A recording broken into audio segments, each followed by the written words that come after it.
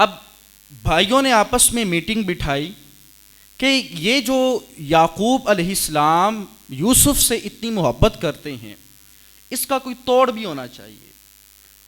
تو اس کا توڑ نکالنے کے لیے انہوں نے ایک آپس میں مشورہ کیا، آپس میں ایک اجلاس بٹھایا کہ کیا کیا جائے۔ اب آپس میں ان کا مکالمہ ہو رہا ہے، 10 بھائیوں کا مکالمہ کیا ہے؟ ایک کہتا ہے کہ دیکھو یار عجیب بات ہے، یوسف سے اتنی محبت کی کیوں جا رہی ہے؟ حالانکہ ہم 10 ہیں، وہ 2 ہیں، باپ 10 کو چھوڑ کے 2 سے محبت زیادہ کر رہے، تو باپ کے کام تو زیادہ ہم آتے ہیں، باپ کا کاروبار سنبھالا ہوا ہے، بکریاں چرانے جاتے ہیں، گھر کے اخراجات ہم اٹھاتے ہیں، یوسف چھوٹا ہے، اس کا بھائی بنیامین بھی چھوٹا ہے، یہ کچھ کرتے ہی کوئی نہیں۔ نہ کرنے کے باوجود بھی یعقوب علیہ السلام یوسف سے اور اس کے بھائی سے اتنی محبت کیوں کرتے ہیں؟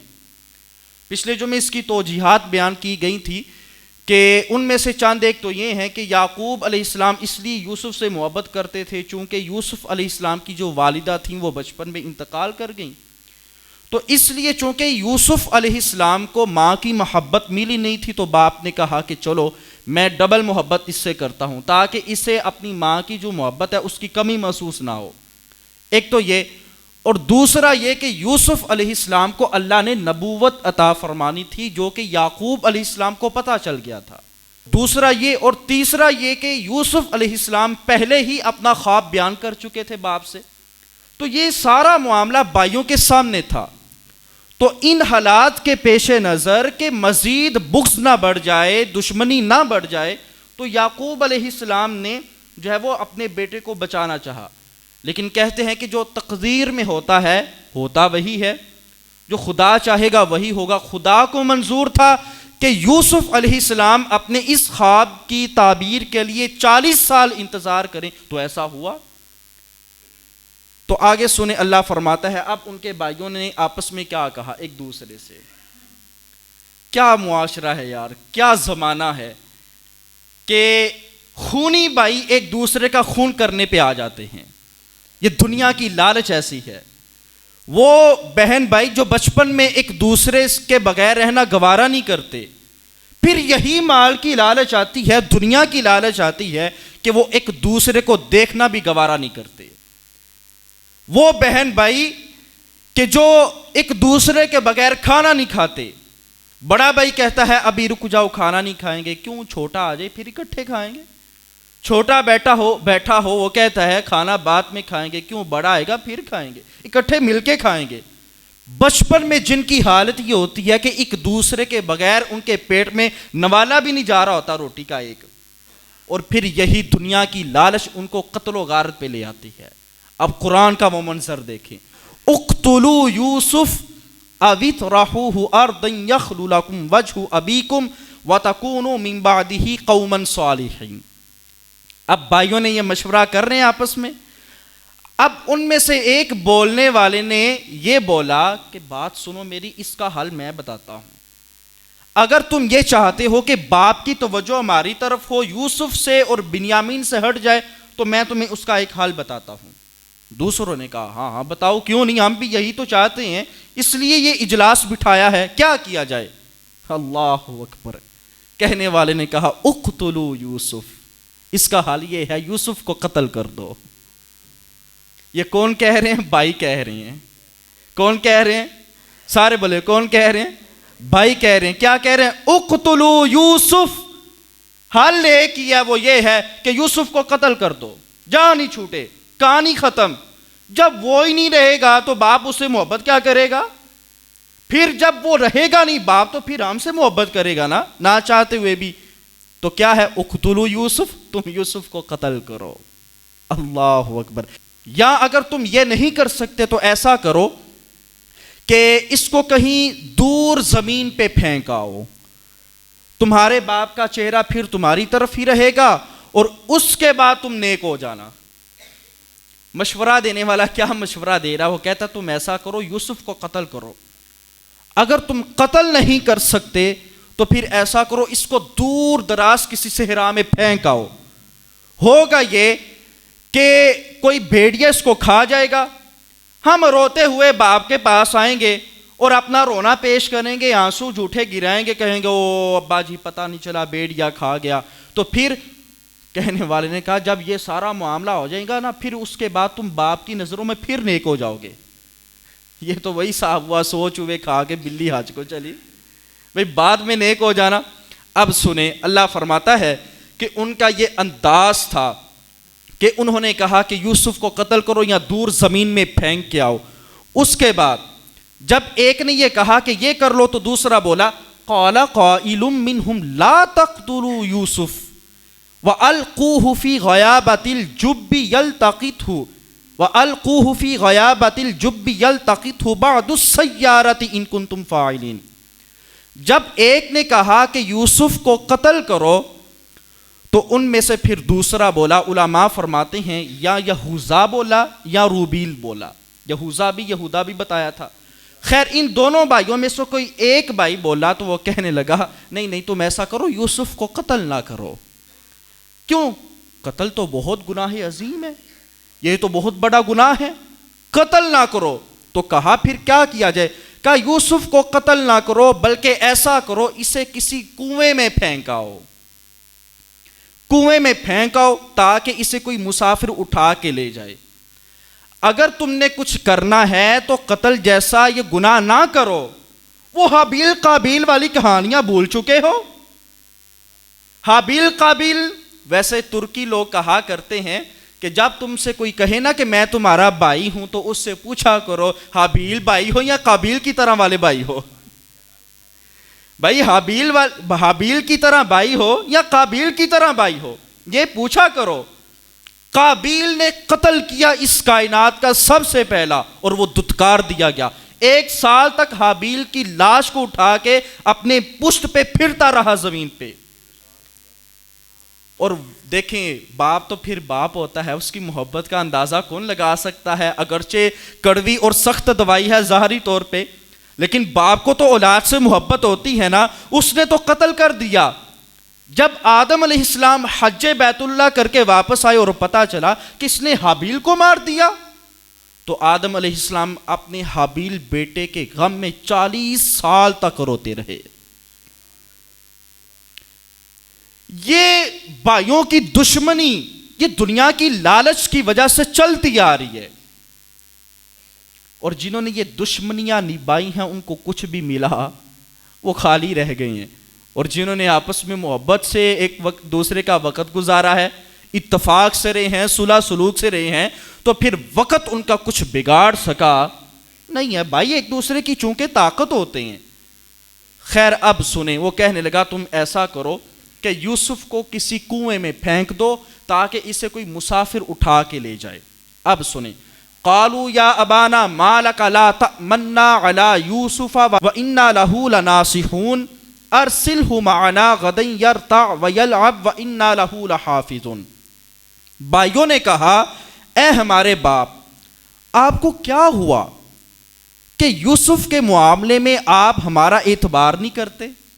چونکہ یعقوب پیغمبر تھے اور پیغمبروں کو اللہ علم غیبی عطا فرماتا ہے، اور یعقوب علیہ السلام ان کے دل کی جو حالت تھی، کیفیت تھی بغض والی، یوسف کے معاملے میں وہ جان چکے تھے، اور یعقوب علیہ السلام نے کبھی بھی یوسف کو باہر بھیجا ہی نہیں تھا، ایک لمحے کے لیے بھی یوسف کو اپنے سے جدا نہیں تھے کرتے، اس لیے کہ وہ جانتے تھے کہ ان کے بھائیوں کی نیت یوسف کے معاملے میں ٹھیک ہے نہیں ہے، وہ یوسف کے بھائیوں کا اعتبار ہی نہیں تھے کرتے۔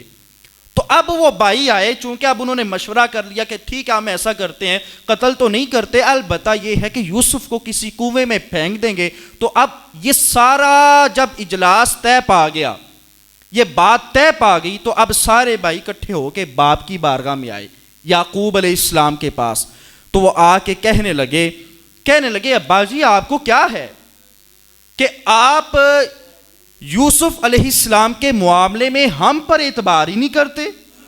ہم اگر یہ کہہ دیں جی آپ یوسف کو ہمارے ساتھ باہر بھیجیں سیر و سیاحت کے لیے، آپ پھر بھی نہیں بھیجتے۔ ہم اگر یہ کہہ دیں کہ یوسف کو ہمارے ساتھ شکار کے لیے بھیجیں، آپ پھر بھی نہیں بھیجتے۔ ہم اگر آپ سے یہ کہہ دیں ابا جی یوسف کو ہمارے ساتھ بکریاں چرانے کے لیے بھیجیں، آپ پھر بھی نہیں بھیجتے۔ آپ ہم پر اعتبار کیوں نہیں کرتے؟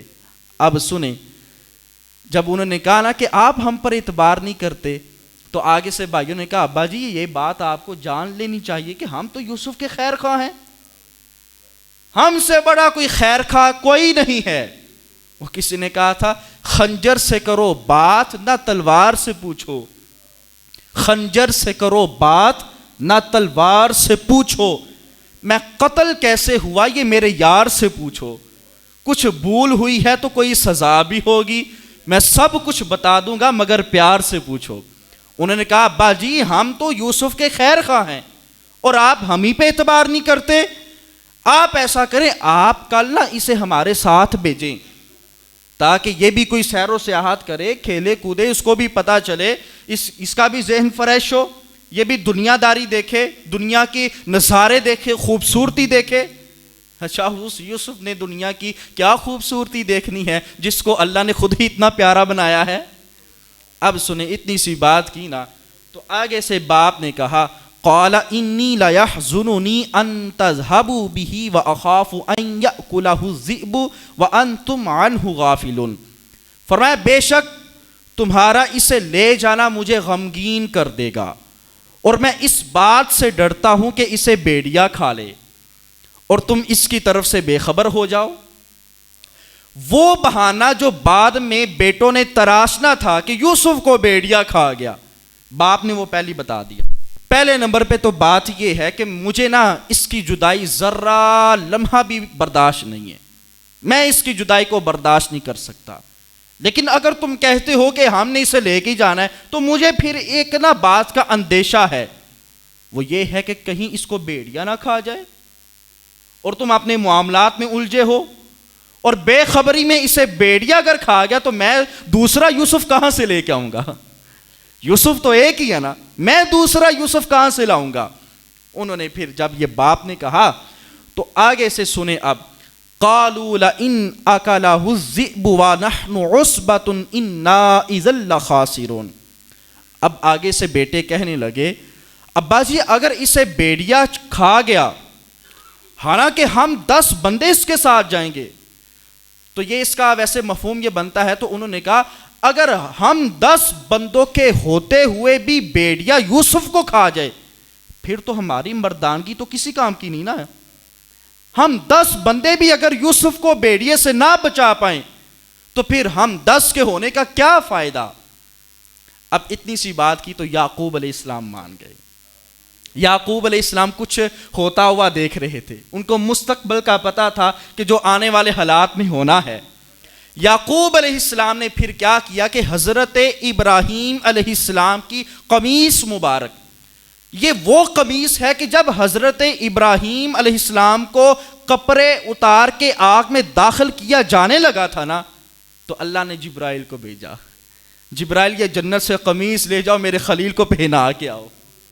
یہ وہ قمیص تھی، اور حضرت ابراہیم کی وہ قمیص جنتی ریشمی کپڑے کی قمیص حضرت اسحاق کو عطا ہوئی، حضرت اسحاق کے بعد یہ قمیص حضرت یعقوب کے پاس آئی، پھر حضرت یعقوب علیہ السلام نے حضرت ابراہیم کی وہ قمیص مبارک بطور تعویذ، یعنی تعویذ بنا کے یوسف کے گلے میں ڈال دی۔ تعویذ بنا کے، کیا بنا کے؟ کچھ لوگ کہتے ہیں نا تعویذ نہیں پہننا چاہیے، تو اس کا ثبوت یہ قرآن سے ہے، تفسیر خازن میں موجود ہے کہ یعقوب نے ابراہیم کی قمیص مبارک کو تعویذ بنایا۔ اور یہاں سے یہ بھی پتہ چلتا ہے کہ جو اللہ کے نیک بندے ہوتے ہیں، انبیاء ہوتے ہیں، اولیاء ہوتے ہیں، ان سے منسلک جو چیزیں ہوتی ہیں ان سے تبرک حاصل کرنا یہ بھی باعث ثواب ہے۔ اب میں اس کی مثال دیتا ہوں بخاری سے حضرت سہل بن سعد رضی اللہ تعالیٰ عنہ، آپ فرماتے ہیں کہ حضور صحابہ میں تشریف فرما تھے تو ایک خاتون آئی، اس نے بڑی خوبصورت ایک چادر تیار کی، چادر تیار کر کے اس نے حضور کی بارگاہ میں بطور تحفہ پیش کی، یا رسول اللہ صلی اللہ علیہ وآلہ وسلم، میں نے اس چادر کو بڑی محبت سے بڑے خلوص سے تیار کیا ہے، میرا یہ تحفہ قبول فرمائیں۔ حضرت سہل بن سعد رضی اللہ تعالیٰ عنہ آپ فرماتے ہیں اس نے چادر پیش کی، سرکار نے قبول فرما لی، اور حضور کو اس چادر مبارک کی ضرورت بھی تھی۔ اس کا یہ بھی مفہوم ہو سکتا ہے کہ حضور کے بدن مبارک پہ کوئی اس وقت کپڑا نہ ہو، یا صرف ایک ہی کپڑا مبارک ہو جو پہنا ہو، اس کے علاوہ کوئی دوسرا نہ ہو۔ الغرض سہل بن سعد کہتے ہیں کہ حضور کو اس چادر مبارک کی ضرورت بھی تھی، حضور نے قبول فرما لیا۔ ابھی وہ خاتون چادر مبارک دے کے گئی ہی تھی کہ صحابہ میں سے ایک صحابی بولے کہ یا رسول اللہ مجھے چادر بڑی پسند آئی ہے، مجھے عنایت نہیں فرما دیتے؟ میرے کریم سے گر قطرہ کسی نے مانگا، دریا بہا دیے ہیں، در بے بہا دیے ہیں۔ روایات میں آتا ہے وہ جو صحابی ہے نا، بعض روایات میں حضرت عبد الرحمن بن عوف نام آئے، خیر انہوں نے عرض کیا یا رسول اللہ مجھے یہ چادر عطا نہیں فرما دیتے؟ اتنی سی بات کی تو صحابہ نے کہا عبد الرحمن بن عوف تجھے پتا بھی ہے حضور کسی کو نہ نہیں کرتے، حضور کسی کو نہ نہیں کرتے۔ آقا دے دوارے نے غلامہ دیاں ٹولیاں، آقا دے دوارے نے غلامہ دیاں، دیکھیں نا پتہ نہیں کتنے بندے جاتے ہیں وہاں پہ جاتے ہیں اور حضور سے اپنے دکھ پیش کر رہے ہوتے ہیں، حضور کو اپنا دکھ سنا رہے ہوتے ہیں، اور ہر بندے کو یہی لگ رہا ہوتا ہے کہ شاید سرکار بس میری ہی سن رہے ہیں، ایسے محسوس ہوتا ہے۔ تو وہ کہتا ہے آقا دے دوارے نے غلامہ دیاں ٹولیاں اور ایک پیا سندا جے لکھاں دیاں بولیاں۔ اب سنیں ذرا، حضرت سہل بن سعد کہتے ہیں صحابہ نے کہا کہ عبد الرحمن بن عوف تجھے پتا بھی ہے کہ حضور کسی کو منع نہیں کرتے، اس کے باوجود تم نے سرکار سے چادر مانگ لی۔ تو خیر عبد الرحمن بن عوف کا عقیدہ بھی سنیے گا، جو نیک بندے ہوتے ہیں ان سے تبرک حاصل کرنا چاہیے۔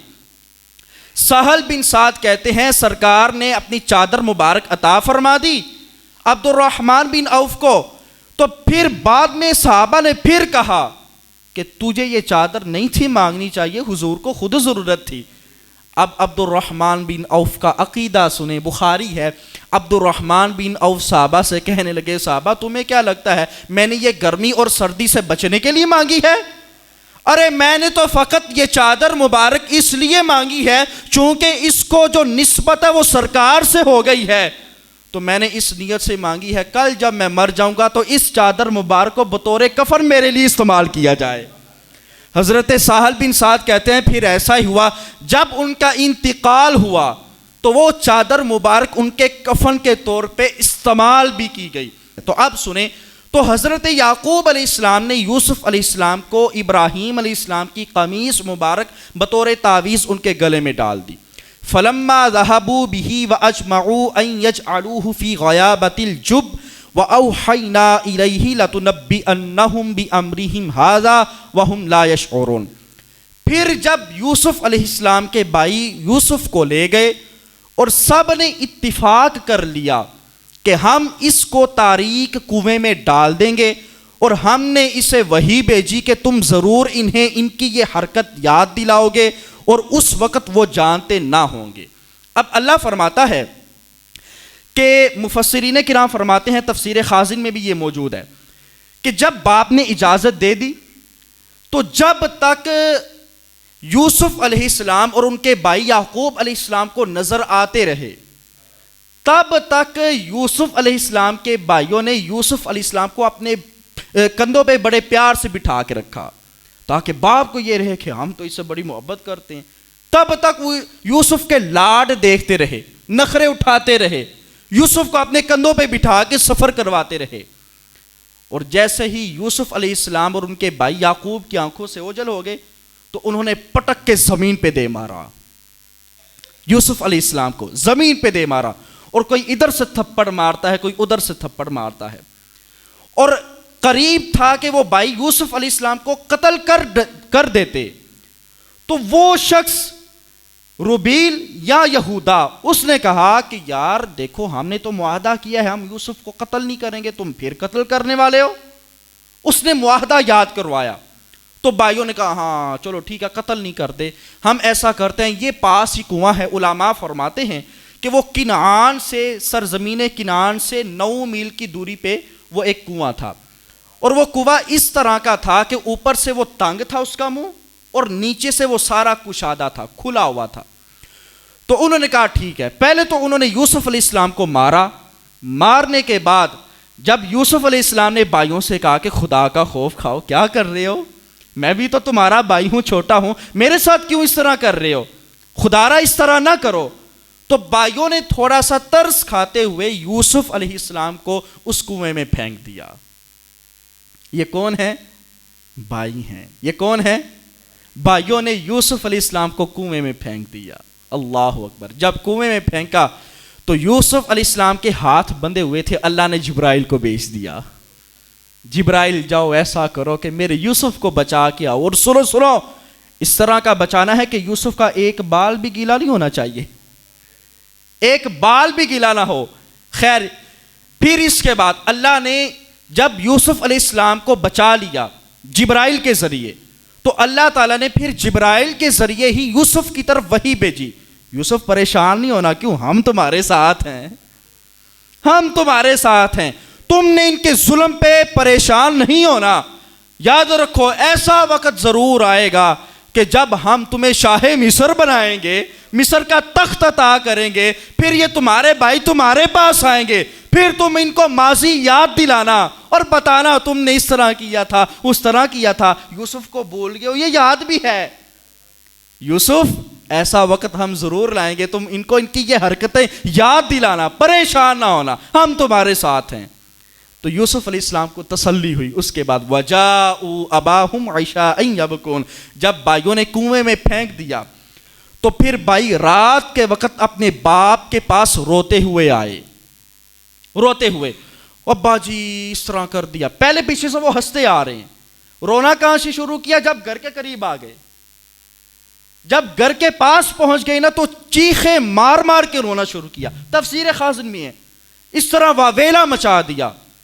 تو جب انہوں نے رونا شروع کیا تو رونے کی آواز گھر میں گئی تو یعقوب علیہ السلام فوری باہر آ گئے، فوری باہر آ گئے تو کہا اے میرے بیٹو، میں تمہیں خدا کی قسم دے کے کہتا ہوں، کیا تمہیں بکریوں میں کوئی نقصان ہوا ہے؟ یوسف علیہ السلام کے بارے میں اب انہوں نے خبر دینی ہے، اور یعقوب علیہ السلام بھی اندر سے بے چین ہے، ان کا اندیشہ بھی وہ سچ ہوتا ہوا نظر آ رہا ہے۔ تو انہوں نے کہا ہے میرے بیٹو، میں تمہیں خدا کی قسم دے کے کہتا ہوں، مجھے سچ سچ بتانا، کیا تمہیں بکریوں میں کوئی نقصان ہوا ہے؟ تو بیٹوں نے آگے سے کہا نہیں، اور مزید رونا شروع کر دیا۔ تو باپ نے کہا مجھے بتاؤ میرا یوسف کہاں پہ ہے؟ بکریوں میں اگر نقصان نہیں ہوا پھر مجھے میرے یوسف کی خبر دو کہ میرا یوسف اس وقت کہاں پہ ہے۔ اب سنیں، قالوا یا ابانا انا ذهبنا نستبق وترکنا یوسف عند متاعنا فاکلہ الذئب وما انت بمؤمن لنا ولو كنا صادقین۔ جب باپ نے یوسف کے بارے میں پوچھا تو اب بھائی یوسف کے بارے میں بتانے لگے ہیں، کہنے لگے اے ہمارے باپ، ہم دوڑ کا مقابلہ کر رہے تھے، اور مقابلہ کرتے کرتے ہم یوسف سے دور چلے گئے، اور ہم نے یوسف کو سامان کے پاس چھوڑا، تو ہوا ایسا کہ ایک بھیڑیا آیا اور آ کے اس نے یوسف کو کھا لیا۔ اور سنیں ہمیں پتا ہے کہ آپ ہم پہ یقین نہیں کریں گے گرچہ ہم سچے ہیں۔ اب علماء فرماتے ہیں انہوں نے کیا کیا کہ انہوں نے ایک بکری ذبح کی اور اس کا جو خون تھا یوسف علیہ السلام کی قمیص پہ لگایا، چونکہ یوسف علیہ السلام کی قمیص اتار دی اور ہاتھ باندھ کے ان کو کنویں میں ڈالا گیا تھا، تو قمیص ان کے پاس تھی، تو قمیص پہ انہوں نے بکری کا خون لگایا۔ تو خون لگانے کے بعد وہ قمیص پیش کی، ابا جی دیکھیں ہم ساتھ میں گواہ بھی لے کے آئے، ثبوت لے کے آئے کہ دیکھیں یوسف کو بھیڑیا کھا گیا ہے۔ اب سنیں، وَجَاءُوا عَلَىٰ قَمِيصِهِ بِدَمٍ كَذِبٍ قَالَ بَلْ سَوَّلَتْ لَكُمْ أَنفُسُكُمْ أَمْرًا فَصَبْرٌ جَمِيلٌ وَاللَّهُ الْمُسْتَعَانُ عَلَىٰ مَا تَصِفُونَ۔ اور وہ اس کے کرتے پر ایک جھوٹا خون لگا لائے۔ یعقوب نے فرمایا بلکہ تمہارے دلوں نے تمہارے لیے ایک بات گڑھ لی ہے، تو صبر اچھا، اور تمہاری باتوں پر اللہ ہی سے مدد چاہتا ہوں۔ جب انہوں نے قمیص یوسف کی پیش کی تو یعقوب فرمانے لگے کیسا سیانا بھیڑیا ہے کہ جس نے یوسف کو تو کھا لیا مگر قمیص نہیں پھاڑی اس نے، یہ کیسا بھیڑیا ہے۔ بڑا سیانا بیٹیا ہے کہ جس نے یوسف سارے کا سارا کھا لیا، لیکن اس نے قمیص کو ذرا بھی نقصان نہیں پہنچایا، قمیص تو پھٹی کوئی نہیں، چونکہ وہ قمیص پھاڑنا بھول گئے تھے۔ یہاں سے یہ بھی پتا چلا جیڑا بندہ زیادہ ہوشیار بنندی کردا ہے نا، وہ کدھر نہ کدھر غلطی ضرور کر جاندا ہے۔ تو اپنی طرف سے ہوشیار بنے نا تو غلطی کر گئے کیا کہ قمیص پھاڑنا نہ بھولے۔ تو اب پھر یعقوب علیہ السلام نے کہا کہ مجھے پتا ہے یہ تمہارے دلوں نے کوئی بات گڑی ہے، تمہارے دلوں کے اندر فریب ہے، مکر و فریب چل رہا ہے، اور سنو یہ جو تم نے مکر و فریب کیا ہے نا، میں اس پہ اللہ سے مدد چاہتا ہوں، اور میرے لیے سب سے بہتر یہ چیز ہے کہ میں اس پہ صبر کروں، میں اس پہ شکر کروں، میں اس پہ جو ہے وہ گلہ اور شکوہ نہ کروں۔ وجاءت سیارۃ فارسلوا واردہم فادلی دلوہ قال یا بشرا ھذا غلام واسروہ بضاعہ واللہ علیم بما یعملون۔ اور ایک قافلہ آیا تو انہوں نے اپنا پانی لانے والا آدمی بھیجا، تو اس نے اپنا ڈول ڈالا کنویں میں۔ اس پانی لانے والے نے کہا کیسی خوشی کی بات ہے، یہ تو ایک لڑکا ہے، اور انہوں نے اسے سامان تجارت قرار دے کر چھپا لیا، اور اللہ جانتا ہے جو وہ کر رہے تھے۔ اب علماء فرماتے ہیں ایک قافلہ مدین سے مصر کی طرف جا رہا تھا، مدین یہ بھی ملک ہے، تو اب وہ راستے میں تھوڑا سا بھٹک گیا۔ جب وہ راستے میں بھٹک گیا تو انہوں نے ایک جگہ پڑاؤ ڈالا اسی کنویں کے قریب۔ تو جب رات کا وقت آیا تو ان میں ایک شخص تھا جس کا نام تھا مالک بن زار خزائی، اس کو بھیجا کہ جاؤ وہ کنویں سے پانی لے کے آؤ۔ اب یہاں پہ علماء نے بڑی خوبصورت بات لکھی ہے، علماء فرماتے ہیں کہ جب یوسف علیہ السلام اس کنویں میں نہیں تھے نا تو اس کنویں کا جو پانی تھا وہ کھارا تھا، نمکین تھا، اور جب یوسف اس کنویں میں ڈالے گئے تو اللہ نے یوسف کی برکت سے اس پانی کو میٹھا بنا دیا تھا۔ تو خیر وہ آیا، اس نے جب اپنا پانی والا ڈول، بالٹی بھی کہتے ہیں، اس کنویں میں ڈالا تو یوسف علیہ السلام اس ڈول میں بیٹھ گئے، اور جب اس نے اس ڈول کو کھینچا تو جب یوسف علیہ السلام اس کنویں سے باہر تشریف لائے تو وہ ہکا بکا رہ گیا۔ کیوں وہ ہکا بکا اس طرح رہ گیا؟ یار کتنا خوبصورت بچہ اندر سے نکل آیا ہے۔ یوسف علیہ السلام کا حسن دیکھ کے اس نے کہا یار کیسی بات ہے، یہ تو بڑا خوبصورت بچہ اندر سے نکلا ہے، یہ کہاں سے آ گیا؟ تو وہ خوشی کے مارے بھاگتا ہوا اپنے قافلے والوں کے پاس گیا، تو جا کے کہنے لگا دیکھو دیکھو میں تو پانی لینے گیا تھا لیکن اندر سے اتنا خوبصورت بچہ نکل آیا ہے۔ پھر انہوں نے کیا کیا، علماء فرماتے ہیں انہوں نے کہا کہ چلو ہم اس سے پوچھ گچھ کرتے ہیں کہ یہ آخر کون ہے۔ اب وہ سارا منظر یوسف کے بھائی دیکھ رہے تھے دور کھڑے ہو کے، اور یوسف کو بھی پتا چل گیا تھا میرے بھائی پاس ہی ہیں، تو ان کے ڈر کی وجہ سے کہ کہیں یہ زیادہ نقصان نہ پہنچائیں بھائی میرے، یوسف علیہ السلام خاموش رہے۔ اور میں یہ بھی ایک نقطہ سمجھاؤں کہ یوسف علیہ السلام نے اپنے بھراواں دی عزت رکھ لئی، بولے کوئی نہیں۔ یوسف علیہ السلام سے پوچھا کہ کون ہو، خاموش۔ تو خیر اب انہوں نے آپس میں مشورہ کیا کہ ہم اس کو مصر لے جاتے ہیں، وہاں پہ جا کے بیچ دیں گے۔